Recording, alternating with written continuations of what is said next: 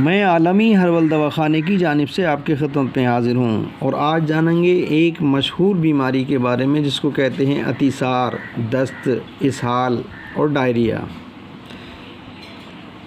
इस मर्ज़ में पतले पतले दस्त बग़ैर किसी तकलीफ़ के आते हैं और संस्कृत में ये मर्ज़ इसहाल का नाम अतिसार है।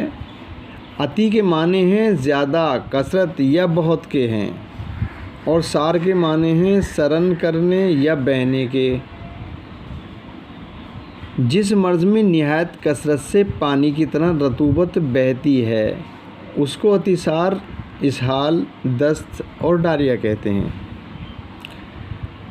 वजूहातें इसकी हुआ करती हैं ख़राब ग़िज़ाओं का ज़्यादा इस्तेमाल करना, ज़्यादा मिर्च मसालों का इस्तेमाल, तब्दीली मौसम, ज़्यादा रंजो गम, तपे मुहर्रिका, मियादी बुखार, तपे दिक, दायमी नज़ला, हैज़ा, अंतड़ियों में सुद्दा, तेज़ जुलाब लेने, जिगर के फट जाने, बच्चों में दांत वगैरह के निकलने पर ये आर्ज़ा हो जाता है।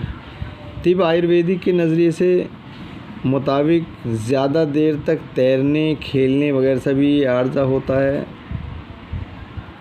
और तिब आयुर्वेदिक के मुताबिक मर्ज़ शुरू होने से पहले बेकरारी, मुकामे माउफ, पेट, पसलियों में दर्द, जिस्म का भारीपन, बदहज़मी, अफ़ारा वगैरह का आर्ज़ा हो जाता है। तिब्बे यूनानी के मुताबिक अगर ग़िज़ा फ़ासिद की वजह से इसहाल आते हैं तो इनका रंग मटियाला और झागदार होता है, ज़ुबान मैली, पेट में तकलीफ़, इसहाल कब्दी में दस्तों का रंग जर्द या सुर्ख गोश्त के धोबन के मानिंद होगा। इसहाल मेदी और रतूबत बलगमी में दस्त दिन को ज़्यादा और रात को कम आएंगे और तुर्स डकारें ज़रूर आएंगी।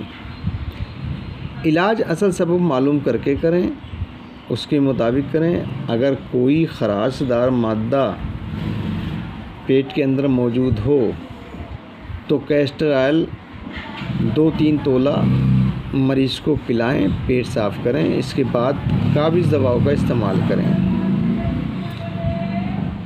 दवाओं में रवण भास्कर चूर्ण का इस्तेमाल करें, अहिफ़ेन बटी का इस्तेमाल करें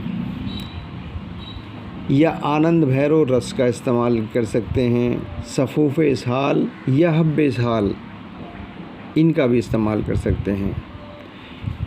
इसके साथ ज़ूद हज़म ग़िज़ाओं का इस्तेमाल करें और फ़ायदा उठाएं। वीडियो अच्छी लगी हो तो लाइक और सब्सक्राइब करें, घंटी का बटन दबाएं ताकि आने वाली और मौजूदा तमाम वीडियो आपको मिलती रहें और आप इससे फ़ायदा उठाएं।